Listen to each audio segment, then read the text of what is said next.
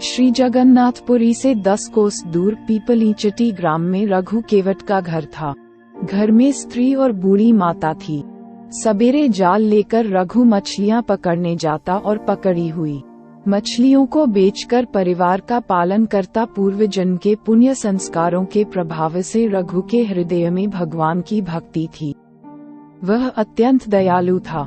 मछलियां जब उसके जाल में आकर तड़पने लगती तब उसका चित्त व्याकुल हो जाता। उसे अपने कार्य पर ग्लानि होती, परंतु जीवन निर्वाह का दूसरा कोई साधन न होने से वह अपने व्यवसाय को छोड़ नहीं पाता था। रघु ने एक अच्छे गुरु से दीक्षा ले ली थी। गले में तुलसी की कंठी बांध ली थी। सवेरे स्नान करके भगवनाम का जप करता था। भागवत सुनना और सत्संग में जाना उसका दैनिक कार्य हो गया था। इन सब से उसका अंतःकरण धीरे धीरे शुद्ध हो गया। जीव मात्र में भगवान विराजमान है, ये बात उसकी समझ में आने लगी। जीव हिंसा से उसे अब तीव्र विरक्ति हो गई। रघु के लिए मछली पकड़ना बहुत ही क्लेशदायक हो गया। उसने इस काम की छोड़ दिया। कुछ दिन तो घर के संचित अन्न से काम चला, पर संचय था ही कितना। उपवास होने लगा। घर में त्राही त्राही मच गई। पेट की ज्वाला तथा माता और स्त्री के तिरस्कार से व्याकुल होकर रघु को फिर जाल उठाना पड़ा। वह स्वयं तो भूख से प्राण दे सकता था, पर वृद्धा माता और पत्नी का कष्ट उससे सहा नहीं जाता था। पछताता, भगवान से प्रार्थना करता। वह तालाब पर गया।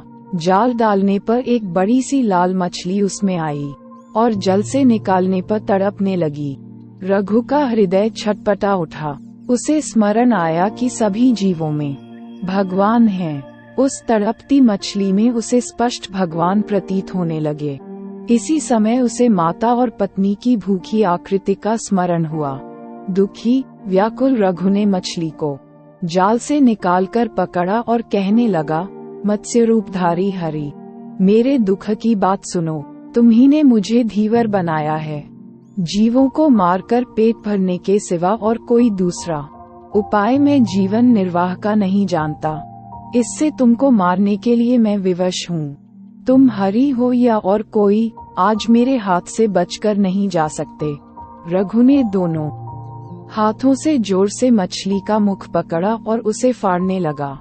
सहसा मछली के भीतर से स्पष्ट शब्द आया, रक्षा कर नारायण, रक्षा कर। रघु चकित हो गया। उसका हृदय आनंद से भर गया। मछली को लेकर वह वन की ओर भागा। वहां पर्वत से बहुत से झरने गिरते थे। उन झरनों ने अनेक जलकुंड बना दिए थे। रघु ने एक कुंड में मछली डाल दी। रघु भूल गया कि वह कई दिन से भूखा है।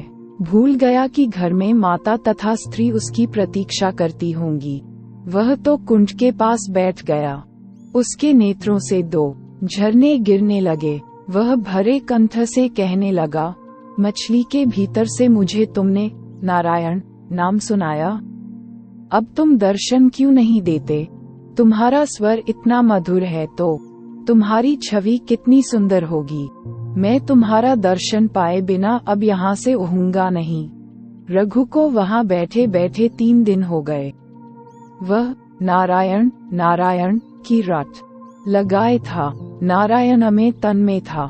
एक बूंद जल तक उसके मुख में नहीं गया। दिन और रात का उसे पता ही नहीं था।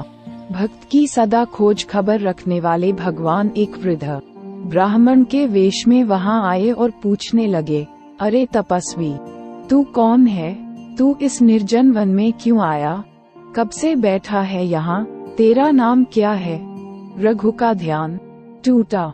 उसने ब्राह्मण को प्रणाम करके कहा, महाराज, मैं कोई भी हूँ, आपको मुझसे क्या प्रयोजन है? बातें करने से मेरे काम में विघ्न पड़ता है। आप पधारें।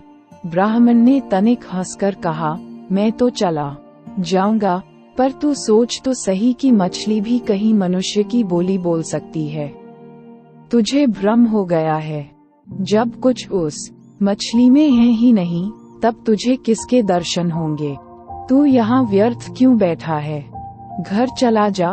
रघु तो ब्राह्मण की बात सुनकर चौंक पड़ा। उसने समझ लिया कि मछली की बात जानने वाले ये सर्वज्ञ मेरे प्रभु ही हैं। वह बोला, भगवान, सब जीवों में परमात्मा ही है, ये बात मैं जानता हूँ। मछली के शरीर में से वे ही बोलने वाले हैं। मैं बड़ा पापी हूँ, जीवों की हत्या की है मैंने। क्या इसी से आप मेरी परीक्षा ले रहे हैं? आपकी एक तो नारायण है, आप प्रकट होकर मुझे दर्शन क्यों नहीं देते? मुझे क्यों तरसा रहे हैं? नाथ, धल की प्रेम भरी प्रार्थना सुनकर कृपा सागर प्रभु अपने दिव्य चतुर्भुज रूप से प्रकट हो गए। रघु तो एकटक देखता रह गया। उस लावण्य राशि को वह आंसू बहाता हुआ प्रभु के चरणों में लौटने लगा। भगवान ने उसे भक्ति का आशीर्वाद देकर और भी वर मांगने को कहा। रघु ने हाथ जोड़कर कहा, प्रभु, आपके दर्शन हो गए और आपने भजन का आशीर्वाद दे दिया, फिर अब मांगने को क्या रहा? परंतु आपकी आज्ञा है तो मैं एक छोटी वस्तु मांगता हूँ। जाति से धीवर हूँ, मछली मारना मेरा पैतृक स्वभाव है। मैं यही वरदान मांगता हूँ कि मेरा ये स्वभाव छूट जाए। पेट के लिए भी मैं कभी हिंसा न करूँ। अंत समय में मेरी जीभ आपका नाम रटती रहे और आपका दर्शन करते हुए मेरे प्राण निकलें। भगवान ने रघु के मस्तक पर हाथ रखकर तथास्तु कहा और अंतर्धान हो गए। का दर्शन पाकर रघु संपूर्ण बदल गया। वह भगवान नाम कीर्तन करता हुआ घर आया। गांव के लोगों ने उसे धिक्कारा कि माता और स्त्री को निराधार छोड़कर वह भाग गया था। दया करके गांव के जमींदार ने बेचारी स्त्रियों के लिए अन्न का प्रबंध कर दिया था। रघु ने इसे भगवान की दया ही मानी। यदि वह घर पर रहता तो जमींदार या कोई भी एक छटाक अन्न देने वाला नहीं था। अब वह प्रातः शौच स्नानादि से निवृत्त होकर भगवान का भजन करता और फिर कीर्तन करता हुआ गांव में घूमता। बिना मांगे ही लोग उसे बुलाकर अनेक पदार्थ देते थे। इस प्रकार अनायास उसका तथा परिवार का पालन पोषण होने लगा। उसकी माता तथा स्त्री भी अब भजन में लग गईं। रघु अब भजन के प्रभाव से पूरा साधु हो गया। दिन रात उसका मन भगवान में लगा रहता था। वह नाम कीर्तन करते करते बेसुध हो जाता था। अब रघु की स्थिति ऐसी हो गई कि उनके मुख से जो निकल जाता वही सत्य हो जाता। वे वचन सिद्ध महात्मा माने जाने लगे। दूर दूर से नाना प्रकार की कामना वाले स्त्री पुरुषों की भीड़ आने लगी। रघु इस प्रपंच से घबरा गए। मान प्रतिष्ठा उन्हें विष सी लगती थी। घर छोड़कर वे अब निर्जन वन में रहने लगे और 24 घंटे केवल भजन में ही बिताने लगे। उधर उसी समय नीलाचल में श्री जगन्नाथ जी के भोग मंडप में पुजारी ने नाना प्रकार के पकवान सजाए। श्री जगन्नाथ जी के मंदिर से भोग मंडप अलग है। भोग मंडप में एक दर्पण लगा है। उस दर्पण में जगन्नाथ जी के श्री विग्रह का जो प्रतिबिंब पड़ता है उसी को नैवेद्य चढ़ाया जाता है।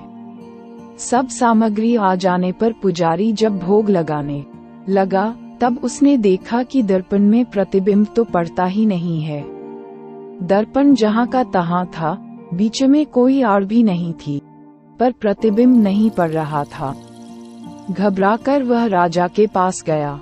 उसने कहा, महाराज, नैवेद्य में कुछ दोष होना चाहिए।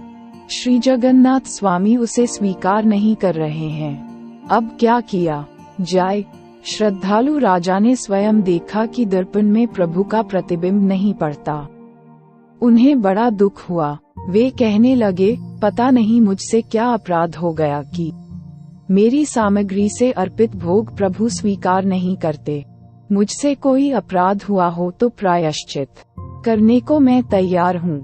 राजा प्रार्थना करते हुए दुखी होकर भगवान के गरुड़ध्वज के पास जाकर भूमि पर ही लेट गए कि लीला से लेटते ही उन्हें तंद्रा आ गई। उन्होंने स्वप्न में देखा कि प्रभु कह रहे हैं, राजा, तेरा कोई अपराध नहीं, तू दुखी मत हो। मैं नीलाचल में था ही नहीं, तब प्रतिबिंब किसका पड़ता? मैं तो इस समय पीपलीचटी ग्राम में अपने भक्त रघु केवट की झोपड़ी में बैठा उसके हाथ से भोजन कर रहा हूँ। वह जब तक नहीं छोड़ता, मैं यहाँ आकर तेरा नैवेद्य कैसे स्वीकार कर सकता हूँ। यदि तू मुझे यहाँ बुलाना चाहता है तो मेरे उस भक्त को उसकी माता तथा स्त्री के साथ यहाँ ले आ। यहाँ उनके रहने को व्यवस्था कर। राजा का स्वप्न टूट गया। वे एकदम उठ खड़े हुए। पोड़े पर बैठकर शीघ्रता से पीपलीचटी पहुँचे। पूछ पाछ कर रघु केवट की झोपड़ी का पता लगाया। जब कई बार पुकारने पर भी द्वार न खुला, तब द्वार बल लगाकर स्वयं खोला। उन्होंने कुटिया का दृश्य देखते ही मूर्ति की भत हो गए। रोमांचित शरीर रघु सामने भोजन रखे किसी को ग्रास दे रहा है। रघु दिखता है, अन्न दिखता है, ग्रास दिखता है, पर ग्रास लेने वाला मुख नहीं दिखता। राजा चुपचाप खड़े रहे। वह अज्ञात मुख तो जिसे कृपा करके वह दिखाना चाहे, वही बड़भागी देख सकता है। सहसा प्रभु अंतर्धान हो गए। रघु जल से निकाली मछली की भांति तड़पने लगा। राजा ने अब उसे उठाकर गोद में बैठा लिया।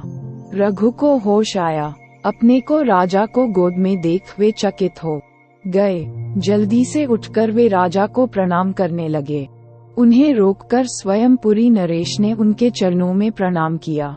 श्री जगन्नाथ जी की आज्ञा सुनकर रघु ने नीलाचल चलना स्वीकार कर लिया। माता तथा पत्नी के साथ वे पुरी आए। उनके नीलाचल पहुँचते ही भोग मंडप के दर्पण में श्री जगन्नाथ जी का प्रतिबिंब दिखाई पड़ा। पुरी के राजा ने श्री जगन्नाथ जी के मंदिर से दक्षिण और रघु के लिए घर की व्यवस्था कर दी। आवश्यक सामग्री भिजवा दी। वहां रघु अपनी माता और स्त्री के साथ भजन करते हुए जीवन पर्यंत वहीं रहे।